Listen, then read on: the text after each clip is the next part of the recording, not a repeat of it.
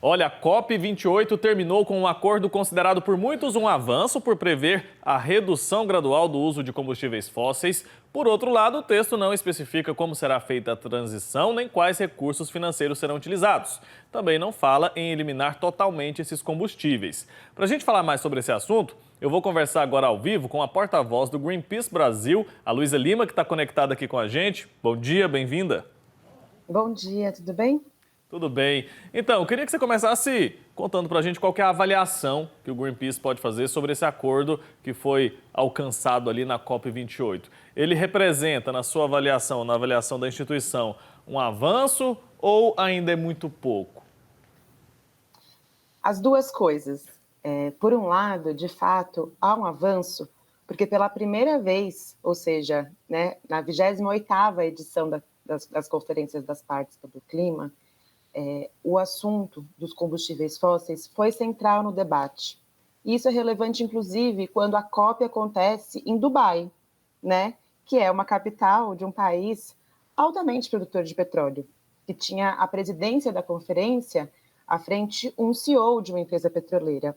E nesse texto final, no balanço final que foi acordado, há a inclusão pela primeira vez de uma referência à necessidade de uma transição gradual e justa no uso da exploração e no uso dos combustíveis fósseis. Então, por esse aspecto, é de fato um avanço que deve ser celebrado. Por outro lado, que é onde a gente ainda precisa avançar, porque a transição gradual, enfim, ainda é insuficiente se a gente pensar na necessidade que a gente tem urgente de garantir metas e um plano bastante ambicioso para conseguir conter o aquecimento global em até 1,5 graus, que é aquilo que os cientistas indicam como o fundamental para a manutenção da vida nossa, né, para um bem-estar mais coletivo. Esse ano a gente já experienciou aqui no Brasil um pouquinho do que as próximas décadas nos aguardam se a gente não conseguir fazer uma alteração, né, nessa rota de forma urgente. Então, para isso, a gente precisa, de fato, avançar globalmente em compromissos que falem sobre a eliminação dos combustíveis fósseis, de fato. Então, a gente pode celebrar por um lado, mas também manter, né, a noção da necessidade de avançar ainda mais nessa pauta nas próximas conferências também. Entendi. Falta ação, porque a gente vê muitos discursos bonitos, né? O pessoal traz propostas, o Brasil mesmo levou ali algumas propostas muito interessantes, mas e na prática? Isso tem saído do papel, os países estão dispostos, principalmente aqueles grandes países, as grandes economias que são capazes de financiar e são responsáveis também porque são as principais poluidoras do meio ambiente. Porque assim, a gente vê que as pessoas falam muito, existe uma preocupação, uma conscientização, mas a gente parece que não está vendo tanta ação em prol dessas mudanças.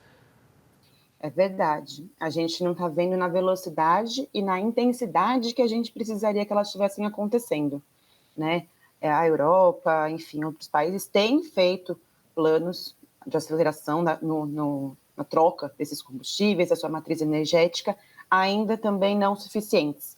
Assim como a gente vê o Brasil também, que foi para a conferência levando, dentro da sua própria proposta, algumas ambiguidades importantes. Então, por um lado, o Brasil já levou para a conferência, né, um resultado da redução do desmatamento da Amazônia, que é hoje a principal fonte de emissões do Brasil. Então, por esse lado, é muito positivo. Mas a gente viu desde o começo ali da conferência já uma aproximação do Brasil, por exemplo, com a OPEP+, né, com esse grupo de grandes países produtores de petróleo. Então, que também marca uma incoerência no seu próprio discurso. Se a gente quer liderar, e liderar pelo exemplo, que é algo que vem sendo colocado pelo governo federal, a gente precisa ser coerente na nossa política de uma forma mais totalitária, né? Então, eu acho que tanto dos outros países, como a gente também tem uma lição de casa importante para fazer. Com relação às negociações em si, isso ainda ficou também pendente, como você bem colocou na sua introdução. O texto traz, pela primeira vez, esse indicativo da necessidade da transição, mas a gente ainda vai precisar avançar nos meios de implementação e nos meios de financiamento para essa transição justa, de fato, acontecer. Entendendo sempre, né, a responsabilidade comum, porém diferenciada, que é colocada nas conferências. Isso é muito importante. Então, isso já está há muitas décadas acordado de que os países ricos e mais desenvolvidos, que são aqueles que foram e são os mais responsáveis pela crise climática que nós já enfrentamos, são aqueles que devem pagar mais pela conta nos países em desenvolvimento, como é o caso do Brasil e tantos outros países, até em situações piores do que o Brasil, em termos de capacidade de adaptação tecnológica, enfim, para poder responder a essas mudanças do clima também, para a gente poder estar preparado para não ter sempre que correr atrás depois que o prejuízo já aconteceu, que são chamadas as perdas e danos, né? Que a gente possa também ter capacidade de se adaptar às mudanças do clima e também avançar nas nossas estratégias de mitigação, que são aquelas que de fato vão reduzir as nossas emissões. Esperar a situação se complicar ainda mais, custa mais caro, né? E além de custar mais caro, causa mais sofrimento para todo mundo. Agora, o Brasil... Custa mais vidas, exatamente. Exatamente. E o Brasil tem capacidade de ser um líder nessa questão? O Brasil tem essa capacidade.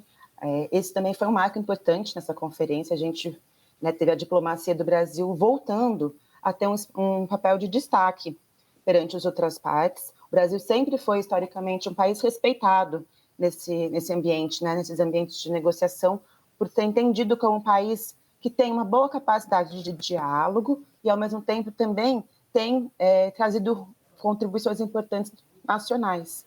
Então, desde 2009, né, o Brasil levou compromissos voluntários quando ainda não era necessário. Enfim, dessa vez, novamente, o Brasil apareceu como um país que pode e deve liderar isso. A gente tem que ter muito em mente que daqui a 2 anos o Brasil vai presidir uma conferência do clima.